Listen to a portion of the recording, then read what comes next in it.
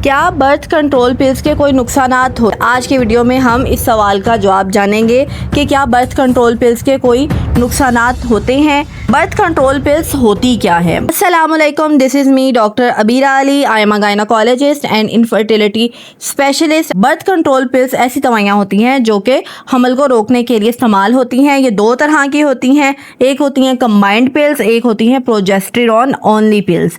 तो ये गोलियाँ किन तरीकों से हमल को रोकती हैं? नंबर 1 ये कि ये ओव्यूलेशन को प्रिवेंट करती हैं, यानी कि एग बनने के अमल को रोकती हैं। नंबर 2 पे ये यूट्रस की जो सिक्रीशंस होती हैं उनको थिक कर देती हैं ताकि स्पर्म अंदर ही ना जा सके।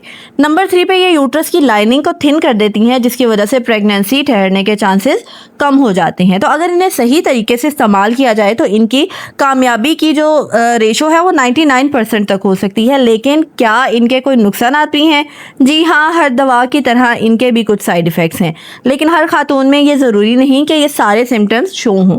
तो लाइट सिम्टम्स में क्या हो सकता है? नंबर 1 पे आपको नोज़िया या हो सकता है, या वॉमिटिंग हो सकती है, या फिर आपका स्टमक अपसेट हो सकता है। लेकिन ये सिर्फ शुरू के चंद दिनों में होता है और आमतौर पे आपकी बॉडी चंद हफ्तों में इन हार्मोन्स की आदी हो जाती है और ये कंप्लेंट ख़त्म हो जाती है।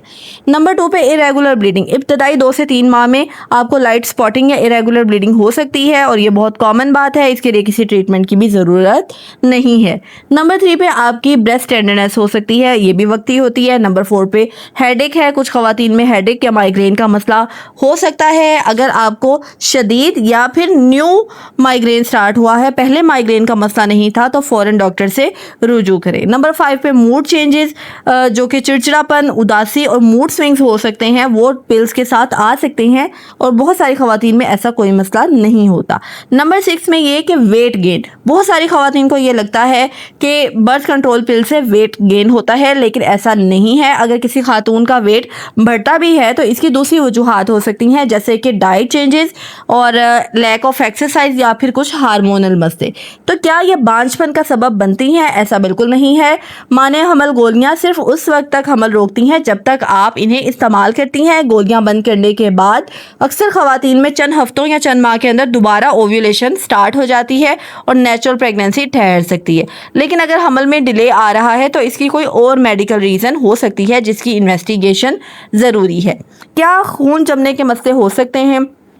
कंबाइंड हार्मोनल पिल से ब्लड क्लॉटिंग का मसला हो सकता है, लेकिन ये हेल्दी खवातीन में बहुत कम होता है। लेकिन अगर किसी लेडी की एज 35 ईयर से ज़्यादा है, या वो स्मोकिंग करती हैं, या मोटापा ज़्यादा है, या पहले से खून जमने की कोई बीमारी रही है, या शदीद हाई ब्लड प्रेशर का मसला है, या हार्ट या लिवर प्रॉब्लम्स हैं, तो उनमें ये ब्लड क्लॉटिंग के मसले भी ज़्यादा हो सकते हैं। तो किन खवातीन को ये गोलियाँ नहीं लेनी है? अगर आपको प्रेगनेंसी है, या ब्रेस्ट कैंसर है, या लिवर की शदीद बीमारी है, या इरेगुलर ब्लीडिंग है यूट्रस की, या खून के क्लॉट्स जमने की बीमारी है, या आपको शदीद किस्म का माइग्रेन विद ऑरा है, या आपको बहुत अनकंट्रोल हाई ब्लड प्रेशर है, तो आपको ये मेडिसिन यूज़ नहीं करनी चाहिए। इसलिए दवा शुरू करने से पहले आपको डॉक्टर से कंसल्ट लाजमी कर लेना चाहिए।